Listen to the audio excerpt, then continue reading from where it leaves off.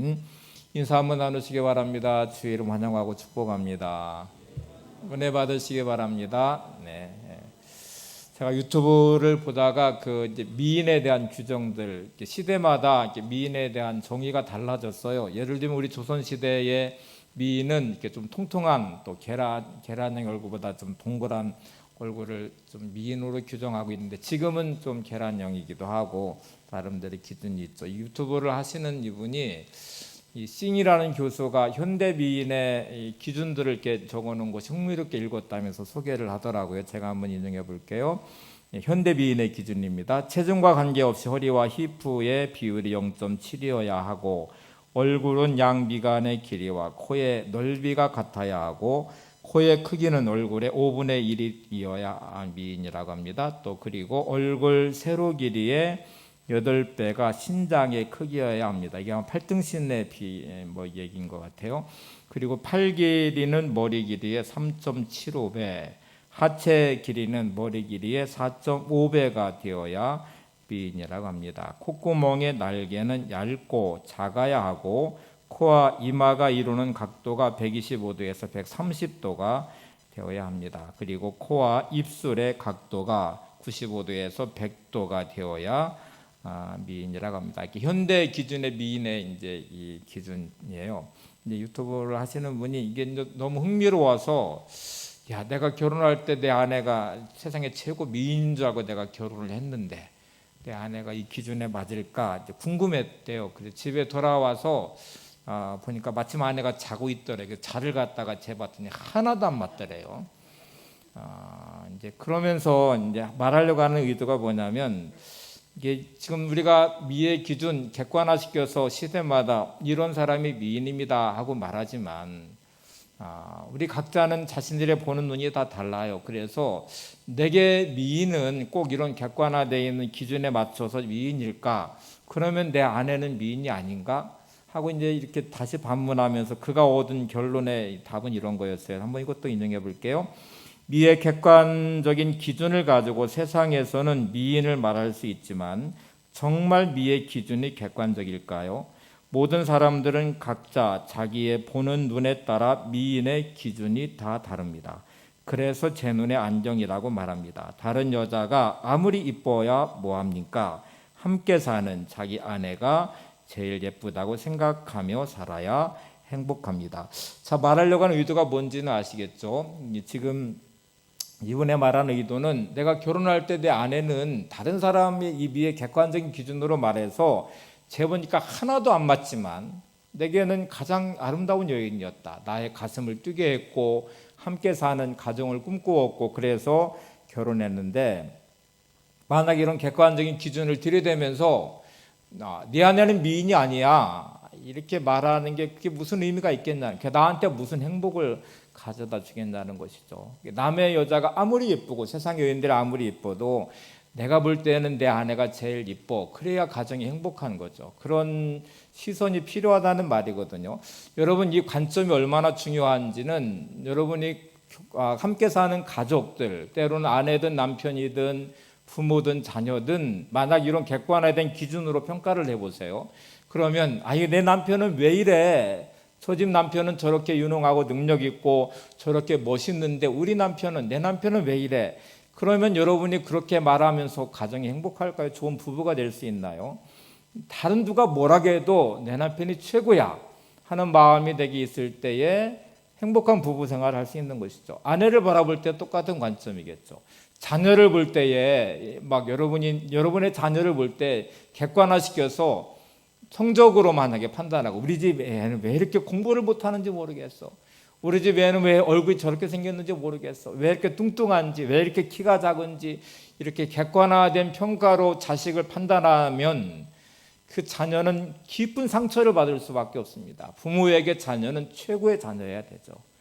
부모에 대해서도 우리 부모는 왜 이래, 내가 태어나 보니까 왜 저런 집에서 태어나서 이런 부모를 만나 내 인생이 왜 이래 하고 말해봐야 돌이킬 수도 없고, 그러다 부모를 바꾸듯 교환하듯 물건 교환하듯 할 수 없잖아요. 그래서 누가 뭐라고 해도 우리 부모님이 최고야, 이런 마음이 있을 때 가정에서 효도할 수 있는 자녀가 있는 것이죠. 제가 왜 이렇게 길게 말씀드리냐면 신앙생활도 같은 식이 적용이 돼야 됩니다. 나눔의 교회라고 말할 때 여러분 나눔의 교회가 정말 되게 최고의 교회인가 객관화시켜 보세요. 여러분 이 나눔의 교회는 한국계 수많은 교회들 중에 진짜 보잘것없는 교회죠. 건물로 말할 수 있겠어요? 또 여기는 성도들로 말할 수 있겠어요? 여러분 자신이 내가 최고의 성도야, 나는 뭐 한국교회에 있는 어느 교회보다 내가 최고야 하고 말할 수 있는 객관적 기준에 그렇게 말할 수 있는 자신감이 있으신가요? 그렇게 말할 수 없거든요. 그럼에도 불구하고 저와 여러분에게는 나눔의 교회가 최고의 교회여야 됩니다. 우리가 신앙생활 하는 곳이잖아요. 여기서 함께 만나서 교제하는 성도들이고 또 우리가 함께 예배하는 공간이고 또 함께 만나고 교제하는 성도들이기 때문에 말할 것도 없이 나눔의 교회는 최고의 교회야, 이런 마음이 있어야 행복한 신앙생활이 되죠. 또 제가 한번 이렇게 표현해 볼게요. 제가 목회자 입장에서 여러분이 어떤 성도여야 될 것 같아요? 내가 만약 객관화시켜서 우리 교회 장로님은, 우리 교회 권사님은, 우리 교회 집사님은 누구보다도 못해요, 막 이렇게 비교를 해버리면 저는 진짜 목회가 불행합니다. 그래서 제 마음속에는 언제든 여러분이 최고여야 돼요. 최고의 장로님이어야 되고 최고의 권사님이어야 되고 최고의 집사님이어야 되고 최고의 성도님일 때 제가 그런 마음이 있을 때 제 목회가 행복하죠. 그럴 때 제가 목회가 온전히 이루어지겠죠. 하나님이 정말 사랑하시는, 하나님이 저에게 위임해 주시고 맡겨주신 최고의 성도야 하는 이 마음이 있을 때 제 목회가 온전히 이루어지거든요. 여러분에게도 마찬가지예요. 우리 목사님 그렇게 말할 때 만약 객관화시켜서 정윤재 목사가 어떤 목사야 하고 말할 때 만약 객관화시키면 저는 아마 저 꼴찌에서 뭐 어느 정도일지 모르죠. 근데 다른 사람에게는 몰라도 여러분에게는 최고의 목사여야 돼요. 그래야 행복한 신앙생활을 할 수 있어요. 이게 객관화되어 있는 기준으로 말하기 시작하면 그 어떤 것도 나를 만족할 수 없죠. 신앙생활도 마찬가지거든요. 그래서 다른 누구에게는 몰라도 여러분에게는 나눔의 교회를 생각할 때 막 이런저런 걸로 비교해서 교회를 말하시면 안 돼요. 내게 있어서 나눔의 교회는 누가 말해도 최고의 교회야. 내게 있어서 목사님은 최고의 목사님이야. 내게 있어서 저분의 집사님, 저분의 장로님, 저분의 성도님은 내게 최고의 성도야. 이렇게 생각하는 마음으로 신앙생활을 하셔야 되고요. 그런 마음이 있을 때에 우리의 신앙이 온전해질 수 있죠. 이제 하나님을 향해서도 같은 원리가 적용이 되셔야 돼요. 우리가 믿음의 안경을 쓰고 믿음의 눈으로 하나님 바라보시면서 말할 것도 없이 세상에서 하나님은 나에게 최고의 하나님이셔. 내가 하나님을 최고로 사랑하고 하나님이 주시는 말씀이 내게는 최고의 말씀이고 그래서 내가 세상 가운데 견눈질하지 않고 세상에 미혹당하지 않고 세상의 수많은 소리에 귀 기울이지 않고 내가 하나님 말씀 붙잡고 이 믿음으로 내가 살아갈 거야. 이런 태도가 있을 때 온전한 신앙생활을 하게 되죠. 자, 여호수아는 모세가 죽었습니다. 그리고 놓여진 자신의 삶의 자리를 만약 객관화시켜버리면 그는 정말 절망할 수밖에 없고 그리고 주어진 삶의 무게에 짓눌려서 감당하기 어렵죠. 그런데 그에게 있어서 하나님은 최고의 하나님이시니까 말씀을 들었어요. 하나님이 일어나라고 말씀하시고 가라고 말씀하시고 너 혼자 가지 말고 이스라엘 백성들과 함께 일어나서 내가 주는 이 가나안 땅으로 들어가라는 말씀을 받았습니다. 그러면 이제 하나님 말씀을 따라가야 되죠. 자, 지금 맡겨진 여호수아의 입장에서의 자기의 위치는 수많은 생각이 진짜 복잡해요. 이 백성을 어떻게 인도해서 이 가나안에 들어갈 것이며 지금 이제 무기와 함께 헐몬산이 눈이 눕기 시작하면서 이 강이 범람하기 시작해서 이 강을 어떻게 건너야 될 것이며 또 가나안에 들어가면 만나는 수많은 적들과 어떻게 전쟁을 해야 될 것이고 또 동요하는 이 백성들을 어떻게 안정화시키며 나 혼자 감당할 수 없으니 참모진을 어떻게 구성할 것이며 진짜 복잡하고 머리 아픈 상황에 놓여 있죠. 이스라엘 백성들의 입장에서 보면 이게 또 복잡할 수밖에 없죠. 우리가 살다 보면 정말 복잡한 상황과 문제와 환경들 또 얽혀있는 관계들 머리 터지죠. 무거운 짐에 짓눌려서 꼼짝할 수 없는 올무와 같은 상황이 있을 수 있죠. 그런데 여러분 그런 모든 자리에서 우리는 하나님의 말씀을 들으셔야 됩니다. 하나님의 뜻이 뭔지를 아셔야 돼요. 오늘 말씀의 내용을 한번 보세요. 여호수아 1장 10절 11절 이에 여호수아가 그 백성의 관리들에게 명령하여 이르되 진중에 두루다니며 그 백성에게 명령하여 이르기를 양식을 준비하라. 사흘 안에 너희가 이 요단을 건너 너희의 하나님 여호와께서 너희에게 주사 차지하게 하시는 땅을 차지하게 하여 들어갈 것임이니라 하라. 자, 여호수아는 지금 이 복잡한 상황과 복잡한 자신의 생각과 경험을 바탕으로 할 수 있는 많은 경우의 수가 있는데 그는 딱 하나님 말씀을 붙잡았습니다. 그리고 이스라엘 백성들에게 명령을 내렸는데 그 명령은 사흘의 양식을 준비하라는 거예요. 그러면 그 안에 가나안에 가겠다는 하나님 말씀을 그대로 지금 전하고 있거든요. 자, 여러분, 여호수아의 모습 속에서 우리는 오늘 두 가지를 좀 생각해 보려고 그래요. 적어도 두 가지 여호수아의 방식을 꼭 배우셔야 됩니다. 배우시고 반드시 내 삶에 적용해야 되는데, 첫 번째 방식은 내 방법, 내 삶의 식, 내 경험, 이거를 반드시 내려놓고 하나님의 방법을 붙잡으셔야 돼요. 그래야 하나님의 인도를 받는, 하나님이 역사하시는 가나안의 이 복을 누릴 수가 있습니다. 여호수아는 자신의 방법을 다 내려놓았어요. 이 복잡, 앞에 말씀드린 그 경우의 수의 요단강을 건너가는 곳으로부터 이제 이 백성들과 함께 어떻게 들어갈 것인지, 적들을 만나면 어떻게 전쟁해야 될지, 전략을 어떻게 세워야 될 것인지, 또 군대는 어떻게 편성해야 되며, 막 이 너무너무 많은 복잡한 것들 가운데 다 내려놔 버렸어요. 그리고 하나님의 말씀을 붙잡았어요. 하나님 방법을 붙잡았어요. 그거는 사흘의 양식을 준비하라는 것이거든요. 만약에 여호수아가 이거를 하나님 말씀하신 것, 이게 비합리적입니다. 하나님, 사흘 양식을 준비하는 게 무슨 방법인가요? 말씀하시려면 요단강을 이렇게 건너가라. 예를 들어 뗏목을 만들어서 건너가라. 또는 다리를 놔서 건너가라. 또는 뭐 내가 이 요단강을 갈라줄, 홍해를 가른 것처럼 가를 테니까 그러면 너 건너가. 이렇게 말씀하시는 무슨 대안을 주셔야 되지. 사흘의 양식을 준비해. 이게 뭐 대안이에요? 그래서 자기의 방법대로 만약에 했으면 여호수아는 엉뚱한 인생을 살게 되는 거죠. 자기의 경험을 바탕으로, 자신의 이 합리적인 사고를 바탕으로, 야, 이 요단강 건너가려면 뗏목이 있어야 될 것 같아. 배를 만들어야 될 것 같아. 아니면 다리를 놓아야 될 것 같아. 아니면 이 우기가 끝나서 요단강이 좀 말아서 건너갈 수 있을 때까지 기다려야 될 것 같아.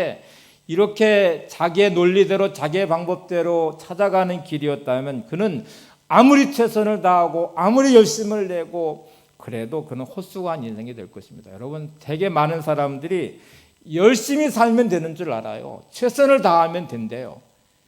근데 그렇게 살고서 지나고 난 후에 내 인생이 이게 뭐야? 나는 진짜 열심히 살았는데, 나는 최선을 다했는데 이게 뭐야? 이 결과가 뭐야? 이렇게 허탈하고 허무한 인생으로 후회하는 경우들이 너무 많아요.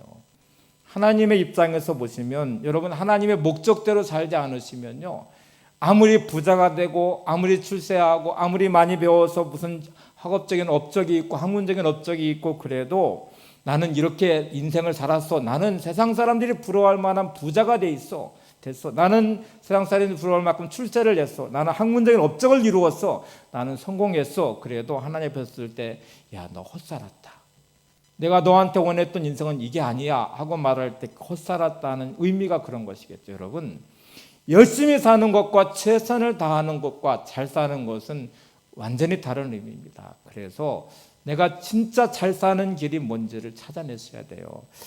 이 빌 브라이트라는 분이 CCC의 그 신임 총재였었는데 그 뒤를 이은 사람이 스티브 더글러스라는 분이에요. 스티브 더글러스가 이 관점과 논리를 설명하기 위해서 이야기 하나를 만들었어요. 이런 이야기예요.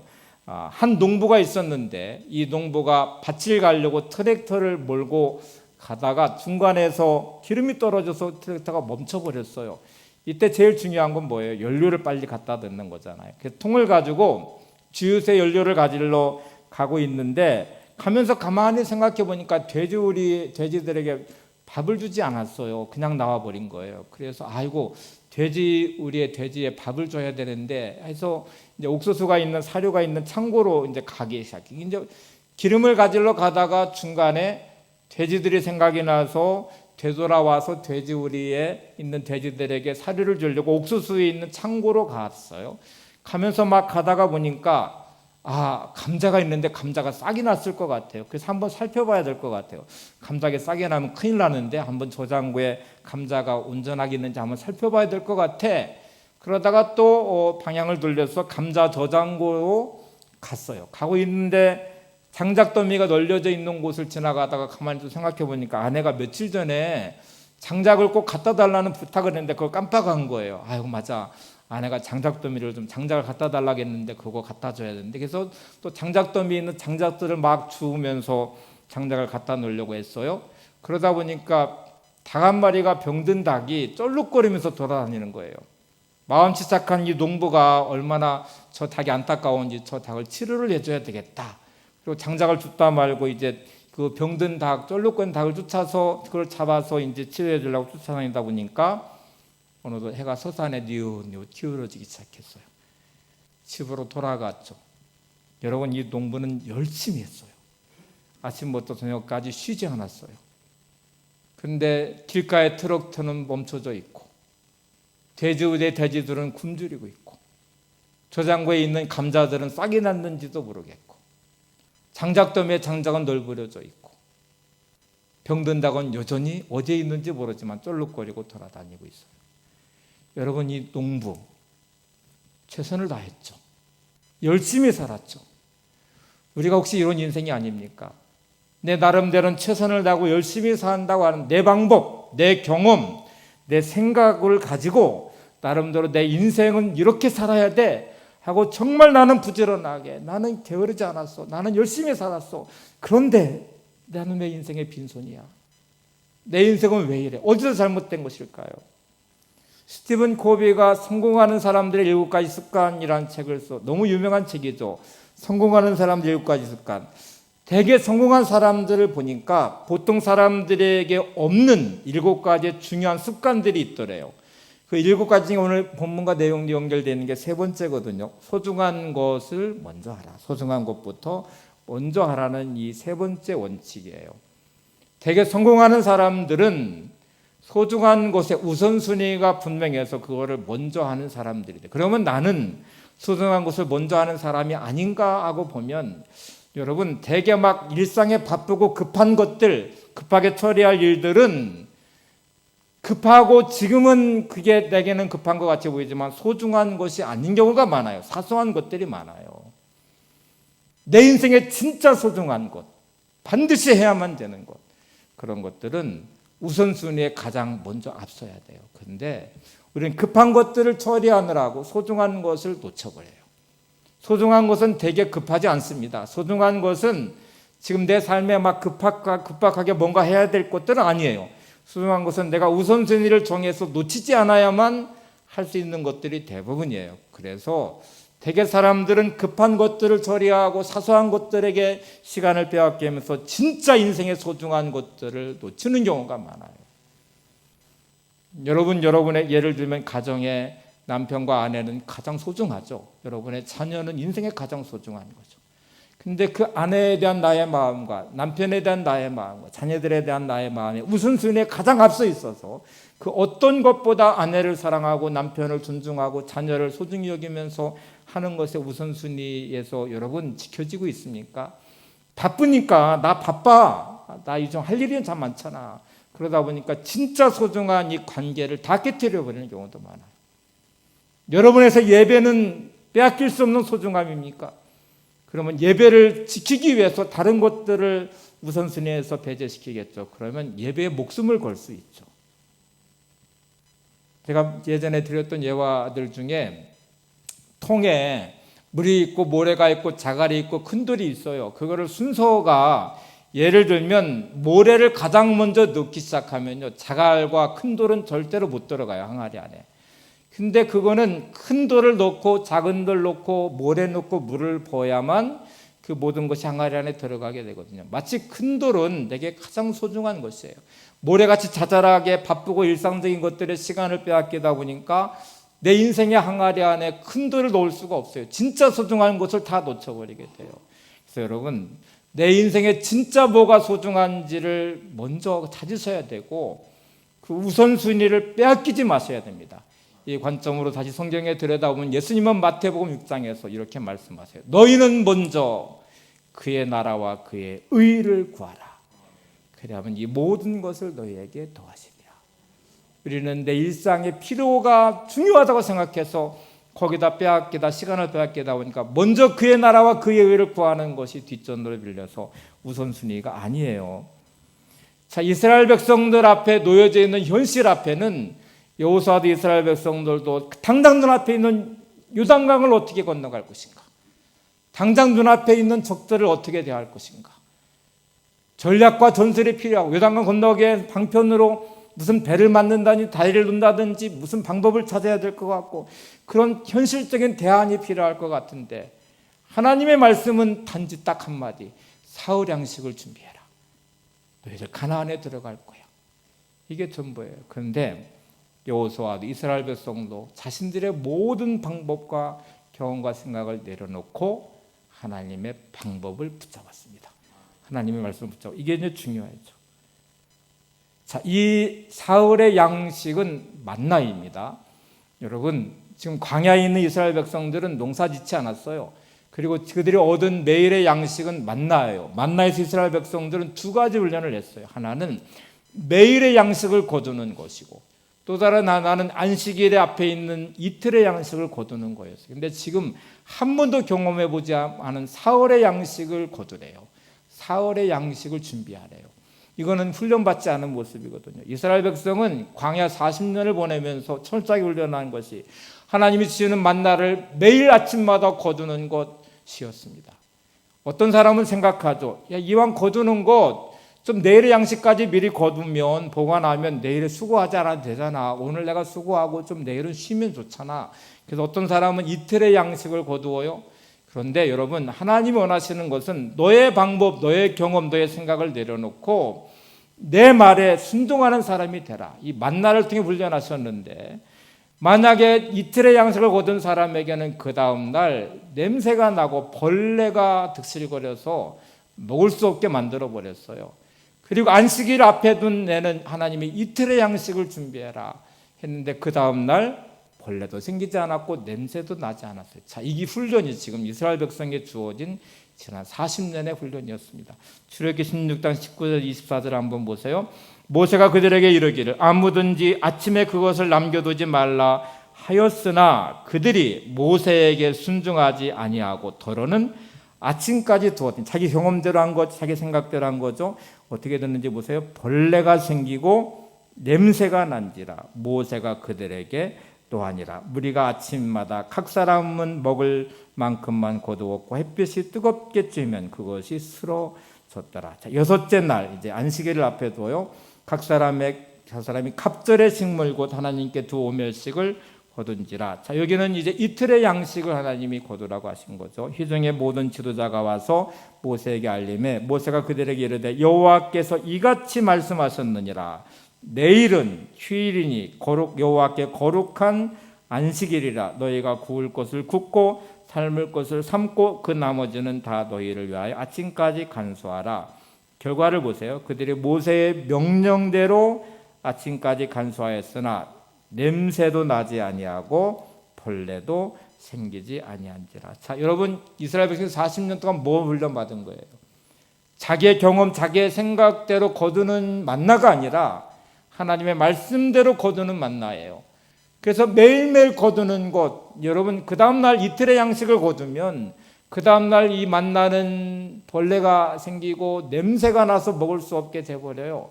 그리고 안식일을 앞둔 여섯째 날에는 이틀의 양식을 거두어도 벌레도 생기지 않고 냄새도 나지 않게 하셨대요.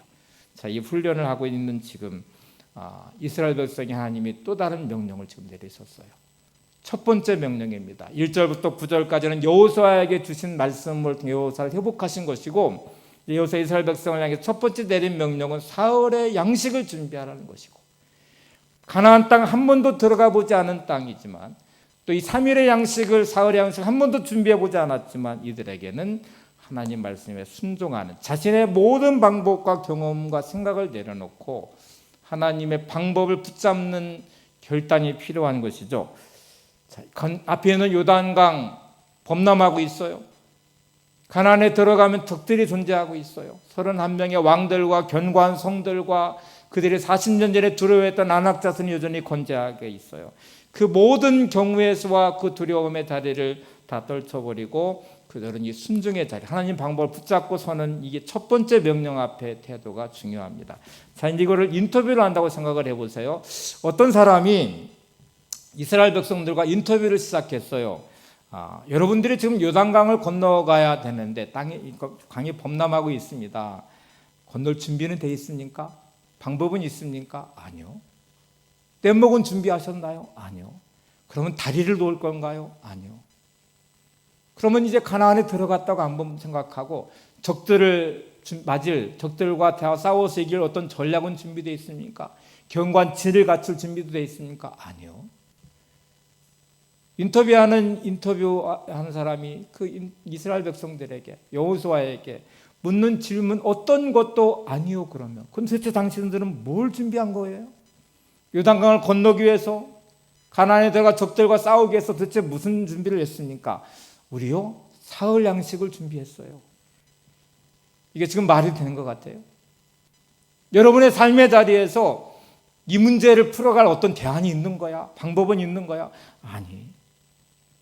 너 진짜 대책은 없는 거야? 어떻게 하려고 그러는 거야? 이렇게 물을 때 우리는 뭐라고 대답해야 될까? 이스라엘 백성들의 대답은 사흘의 양식 우리가 준비했어요. 이것은 자신의 모든 방법과 생각을 내려놓고 하나님의 말씀을 붙잡았어요. 하나님의 방법을 붙잡았어요. 근데 여러분, 이게 결코 작은 게 아닙니다. 그렇게 할 때 하나님은 인도하십니다. 하나님 요단강을 어떻게 건너게 할지에 대한 말씀도 하지 않으셨고, 하나님이 가나안에서 어떻게 적들을 물리칠지에 대한 말씀도 하지 않았지만, 하나님을 신뢰하면서 그들이 순종하는 그곳에 하나님은 인도하실 것입니다. 요단강을 가르칠 것이고 여리고성을 무너뜨릴 것이고, 하나님에게는 대안이 있으시잖아요. 여러분, 우리에게 이 믿음과 순종의 태도는 내게는 방법이 없지만 하나님에게는 방법이 있음을 제가 믿습니다. 저는 연약하고 무능하지만 하나님은 전능하심을 제가 믿습니다. 제게는 길이 보이지 않지만 하나님에게는 길이 있음을 제가 믿습니다. 그래서 제가 하나님의 방법을 붙잡습니다. 제가 말씀 붙잡고 순종합니다. 이 태도와 믿음이 여러분의 인생에 하나님의 기적을 경험하게 할 것입니다. 하나님의 인도하심의 승리의 길을 경험할 것입니다. 하나님의 역사하심을 보게 될 것입니다. 이 첫 번째를 놓치지 마시기 바랍니다. 자꾸 내가 고집하는 합리적인 내 생각과 내 경험과 내 생각이 마치 옳은 것처럼 생각하기 때문에 말씀을 붙잡지 못하는 나, 하나님을 신뢰하지 못하는 나, 여전히 내 삶에 내식이 적용되고 있는 나의 모습, 우선순위가 무너지고 있는 나의 삶의 모습, 이게 진짜 내 인생을 헛되게 살게 만드는 거예요. 열심히 살지만 헛수고하는 인생이 되게 만드는 거죠. 두 번째는 시간의 의미예요. 너무 중요한데, 여러분, 나의 시간에서 하나님의 시간으로 전환을 시키셔야 됩니다. 나의 시간과 하나님의 시간이 교집합이 되도록 하셔야 됩니다. 이 훈련을 하셔야 돼요. 자, 예수님의 십자가를 지시는 장면을 한번 보세요. 예수님을 십자가에서 처형시키기 위해서 대제사장과 이 산헤드린 공회의 장로들과 또 유력한 사두개인들, 바리새인들, 또 온갖 군중들을 다 동원해서 그들은 주어진 오늘의 시간에 그들의 방법을 동원해서 예수님을 십자가에 못 박으려고 노력을 했어요. 그리고 빌라도 법정에 세웠고, 그리고 마침내 그들의 뜻대로, 그들의 결정대로, 그들의 한 마음이 되어서 의논한 결대로 예수님을 십자가에 못 박았어요. 그리고 예수님을 죽였어요. 자기들의 뜻대로 됐죠. 자기들의 생각대로 됐죠. 자신들의 방법대로 이루어졌죠. 그리고 죽음으로 끝난 줄 알았는데, 여러분, 그 다음부터는 하나님의 시간이 펼쳐지기 시작합니다. 죽여서 끝냈다고 하는 그 예수님 안에서 하나님의 시간이 펼쳐져서 3일이 지난 후에, 3일의 시간의 의미를 잘 기억해 보세요. 3일이 지난 후에 사망 권세 이기고 예수님은 부활하셨습니다. 그 십자가와 부활을 믿는 게 우리들이고, 그 안에서 우리가 구원받아 하나님의 자녀가 되었고 의인이 되었고, 그리고 이 믿음으로 우리가 오늘 살아가야 될 이 3일의 의미, 하나님의 시간이 개입하고 하나님의 시간이 역사할 때 만들어진 의미를 보세요. 죽음 그 이후에는 대제사장도, 권력 있는 산헤드린 공회의 장로들도, 그 로마의 총독인 빌라도도, 어떻게 할 수 없는 시간이 바로 내일의 시간이고 모레의 시간이에요.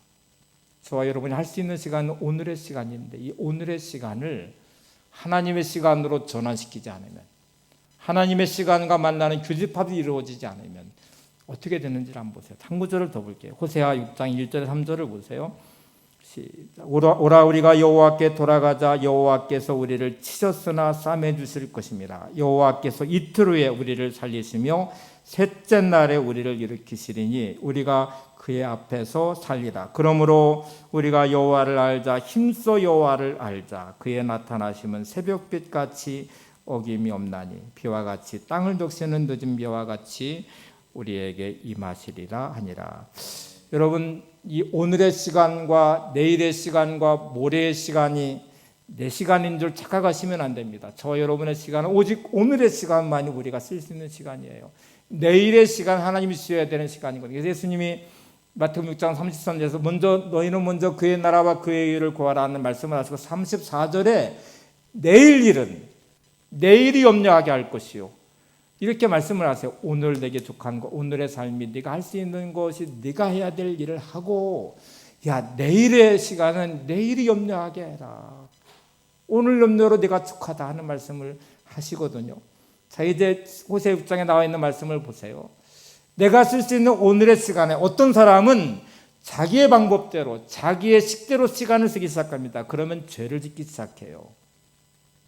타락하는 시간, 탐욕과 욕망의 시간으로 써요. 자기의 목적을 가지고 쓰는 시간이에요. 그래서 죄를 지면 하나님의 시간이 어떻게 다가오냐면 심판으로 다가와요. 그래서 이렇게 말합니다. 여호와께서 우리를 치셨으나 하는 말은 오늘의 시간을 잘못 쓴 사람들을 향해서, 이스라엘 백성들이 우상 숭배하고 타락하고 범죄함의 그 시간이 하나님이 심판하시는 시간은 멸망이에요. 나라의 멸망이고 심판이에요. 그러면 오늘의 시간을 어떻게 써야 될 것인가? 이렇게 쓰는 사람이 있습니다. 우리가 여호와께로 돌아가자. 오늘의 시간을 여호와께로 돌아가는 데 쓰는 사람들이 있습니다. 또 이렇게 써요. 그러므로 우리가 여호와를 알자. 여호와를 힘써 여호와를 알자. 자, 하나님을 아는데 힘써서 알고 최선을 다해 노력해 하나님을 알아가는 시간으로 쓰는 사람은 하나님의 시간과 만나기 시작합니다. 그럴 때 그의 이틀과 그의 3일의 시간이 어떻게 되는지 보세요. 하나님께로 돌아오지 않는, 하나님을 알지 않는 저야 타락한 시간으로서는 이 사람에게는 하나님의 치심과 심판으로 다가오는데, 여호와를 알고 힘써 아는 사람들의 시간에게는 이틀의 시간이 어떤 시간이, 이틀 후에 우리를 살리시며 3일의 시간을 보세요. 3일, 셋째 날에 우리를 일으키시리라. 여러분, 오늘의 시간을 하나님의 시간과 만나게 하고 하나님의 시간으로 전환시키면서 하나님께로 돌아가 하나님을 아는 시간으로 쓰기 시작하니까 내게 주어진 이틀째 시간은 우리를 살리는 시간이 되죠. 3일의 시간은 우리를 일으키는 시간이 되죠. 여러분, 지금 나의 시간이 하나님의 시간으로 전환되고 있습니까? 나의 시간이 하나님의 시간과 만나는 교집합이 이루어지고 있습니까? 나의 오늘에 쓰는 나의 시간이 내일의 하나님의 시간이 나를 살리시고 나를 일으키시는 제3일의 시간으로 연결되고 있습니까? 이스라엘 백성들에게 이 시간을 한번 보세요. 사흘의 양식을 준비해라. 여러분, 이 사흘의 3일의 양식을 준비하는 것은 나의 방법을 내려놓고 하나님 방법을 붙잡았어요. 나의 시간을 하나님의 시간으로 바꾸기 시작해요. 오늘의 나의 시간을 말씀에 순종하는 시간으로, 하나님 말씀을 붙잡은 시간으로 쓰기 시작하니까 그 이틀과 3일의 시간이 하나님 역사하는 시간이 되게 해요. 우리가 이거를 믿음이라고 표현할 수 있죠. 믿음은 하나님을 신뢰하는 것입니다. 믿음은 하나님께 소망을 두는 것입니다.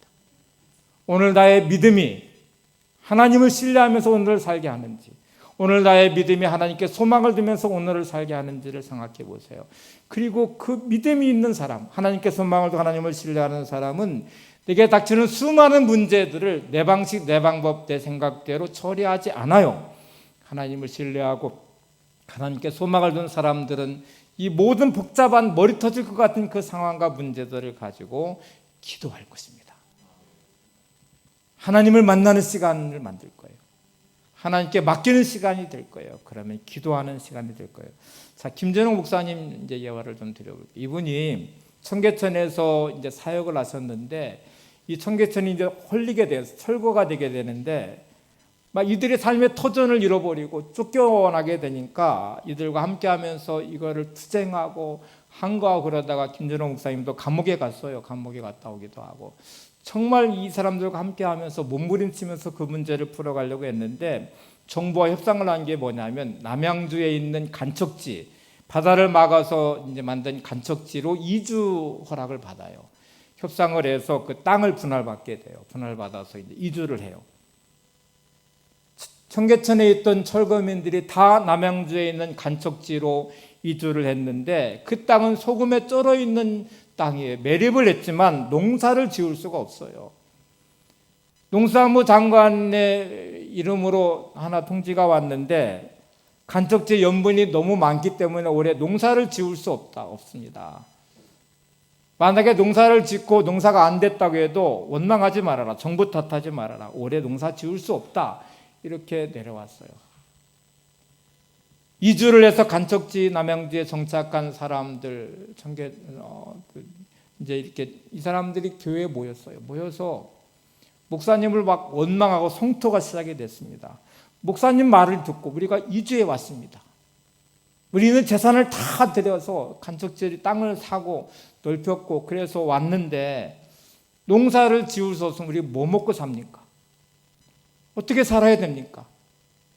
올해 농사 못 지으면 우리가 1년 동안 어떻게 살아요? 뭐 하고 살아요? 땅만 이주해 왔지 대책이 없잖아요. 하고 막 원망이 쏟아지기 시작해. 3시간 동안 토론을 했대요.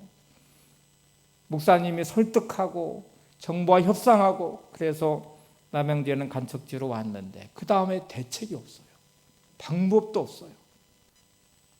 3시간 동안 막 여기저기 불평과 원망이 쏟아지고 항변하고 그런데 감사하게도 어떤 한 분이 한마디 말을 했는데 그게 정리를 시켜줬대요. 뭐라고 말했냐면 여러분 농사는 하늘이 짓는 것이지 농사부 장관이 농사를 짓는 거 아니잖아. 우리 하나님 믿고 농사를 접읍시다. 아무것도 못하고 손 놓고 그냥 있느니 그냥 우리 하나님 믿고 농사 한번 접보자 하는 말이 설득력을 얻어서 농사를 짓기 위해서 모내기를 시작했대요. 첫 번째 모내기를 했는데 며칠 만에 그 소금기가 올라오면서 그 싹들이 모내기한 이 싹이 다 타서 불곱게 타서 죽어버렸어요. 두 번째 모내기를 했어요. 또 역시 며칠 만에 그것이 다 타서 붉게 타서 죽어버렸어요. 세 번째 모내기를 했어요. 역시 그 소금기 때문에 다 타서 죽어버렸어요. 그 마을에 웃음기가 싹 사라지고 적막이 흐르기 시작하고 온갖 불평과 원망이 쏟아지기 시작했습니다. 목사님이 설득을 했대요. 우리 한 번만 더 해보자. 모내기철이 다 지나간 그 끝자락에 더 이상 심을 모두 없는데 그래서 여기저기 마을 돌아다니면서 남아있는 모를 다 걷어다가 네 번째 모내기를 시작했어요. 여기까지 죽으면 더 이상 희망이 없어요. 쏟아지는 원망, 사람들이 말하기를 목사님 말을 듣고 우리가 이렇게 왔는데 우리 다 떼거지를 만들 것이고 목사님이 그 거지에 두목이 되려고 하십니까? 막 이러면 달려드니까 이게 뭐 어떻게 감당이 안 된대요. 그래서 네 번째 모내기를 마쳤는데 어느 누구도 집에 돌아갈 수가 없어요. 비가 내리지 않으면 소금기가 가시지 않으면 농사를 지을 수가 없어요. 보나마나 이 모도 말라서 비틀어져서 타서 죽어버릴 거예요. 어느 누구도 논두렁에서 떠나지 못하고 다 거기에 있어요. 그래서 목사님이 예레미야 33장 3절 말씀을 읽어줬어요. 너는 내게 부르짖으라. 내가 내게 응답하겠고 내가 알지 못하는 그 은밀한 일을 내게 보이리라 하는 말씀을 읽어 우리 기도합시다. 그래서 떠나지 못한 이 사람들이 논두렁에 주저앉아 통곡하다시피 하나님 비를 내려주세요. 하나님 비를 내려주세요. 밤이 됐는데도 밤하늘의 별들이 충청 빛나고 있어요. 구름이 있어야 비가 올 거 아니에요. 근데 그 밤은 너무 청명한 밤이고 밤하늘의 별들은 반짝이고 있어요. 어느 곳 떠날 수 없이 그렇게 기도하고 통곡하는 기도가 새벽까지 이어졌는데 새벽에 비로소 빗방울이 한 방울 두 방울 떨어지기 시작하더래요. 그리고 그 비가 일주일 동안 계속 내려서 그 소금기를 싹 거두어 갔어요. 그리고 그의 풍년이 들었대요. 10월 셋째 주에 거두어진 곡식을 가지고 떡을 하고 밥을 하고 그 교회에서 잔치가 벌어졌어요. 사람들이 너무 감격스러우니까. 우리가 지은 농사의 열매도 아닙니다. 우리가 그렇게 수고해서 맺은 열매도 아닙니다. 하나님이 주신 열매입니다. 하나님이 주신 밥입니다. 그렇게 이제 고백을 하면서 그 감동스러운 시간을 보냈대요. 수십 년의 세월이 지나고 나서 김준호 목사님이 이 간증을 하면서 수십 년 전에 있었던 일이지만 제 기억에 너무 생생하고 하나님이 하셨습니다. 하나님의 역사이십니다. 하나님의 기적입니다. 이렇게 고백을 하고 있어요. 여러분, 나의 삶에 하나님의 시간과 연결되지 않는 나의 삶은 내 수고만 남아 있습니다. 여러분의 경험만 남아 있습니다. 여러분의 노력만 남아 있어요. 그리고 맺어지는 열매는 하나님이 주시는 열매가 아닐 수 있죠. 이 시간, 나의 시간에 하나님의 시간을 붙잡으시기 바랍니다. 나의 시간을 하나님의 시간으로 전환하시기 바랍니다. 나의 방법에서 하나님의 방법으로 바꿔내시기 바랍니다. 자, 이제 보세요. 사흘의 양식의 의미는 순종의 의미일 거예요. 여러분, 내가 사흘의 시간을 하나님께 맡기면 하나님은 내 인생의 3년의 시간을 책임져 주실 것이고 30년의 시간을 책임져 주실 것입니다. 나의 삶을 하나님의 인도하심 따라서 요단강도 건너게 하실 것이고 가나안의 복을 누리는 승리자의 자리에, 성취의 복을 누리는 자리로 우리를 인도해 가실 것입니다. 40년 전에 이스라엘 백성을 보세요. 가나안을 정탐하고 나서 40일 동안 정탐하고 나서 그들이 본 눈의 환경은 안악자손이 존재하고 있는 거인의 땅이었고 그들에 비하면 메뚜기 같은 존재들이어서 그 절망과 자신들의 생각과 경험으로서 다니는 그들의 말들이 결국 40년의 광야의 시간에 방황하는 시간으로 만들었어요. 지금 하나님은 3일의 양식, 사흘의 양식을 준비하라고 말씀하셨어요. 만약에 자신들의 생각과 경험으로 말을 하기 시작해요. 이거 말이 돼? 요단강 건너가는 방법 알려줘야 될 거 아니야. 현실적인 대안을 제시해줘야 될 거 아니야. 무슨 뗏목을 만들라든지 다리를 놓는다든지 아니면 홍해를 걷는 것처럼 하나님이 막 요단강을 갈라주신다든지 뭐 말씀을 하셔야지 무슨 사흘 양식을 준비하라고 하지. 그거 말이 돼? 이렇게 불평과 원망을 쏟아냈다고 생각해 보세요. 그러면 이 사람들은 아마 이 말씀의 불순종으로 광야에서 30년의 시간을 보낼 수 있을지도 몰랐어요. 근데 어느 누구도, 놀랍게도 이스라엘 백성들은 어느 누구도 토를 달지 않아요. 어느 누구도 불평하지 않아요. 그들은 사흘의 양식을 준비하고 하나님의 기적과 역사를 이루어가는 주인공의 자리에 섭니다. 오늘 이 믿음이 있기를 바랍니다. 내 경험으로 말이 안 돼요. 내 생각으로 말이 안 돼요. 지금 상황을 한번 보세요. 하나님 뭔가 대안을 주셔야 되잖아요. 하고 말할 때 하나님은 나를 신뢰해. 내 말씀을 붙잡고 이제 내 앞에 기도해 하고 요구하신 하나님의 그 자리, 사흘의 양식을 준비하라고 하는 그 자리. 여러분, 여러분의 방법을 하나님의 방법으로, 여러분의 시간을 하나님의 시간으로 바꿔내시기 바랍니다. 그리고 하나님이 주시는 능력과 기적을 경험하는 승리자가 되시기를 바랍니다.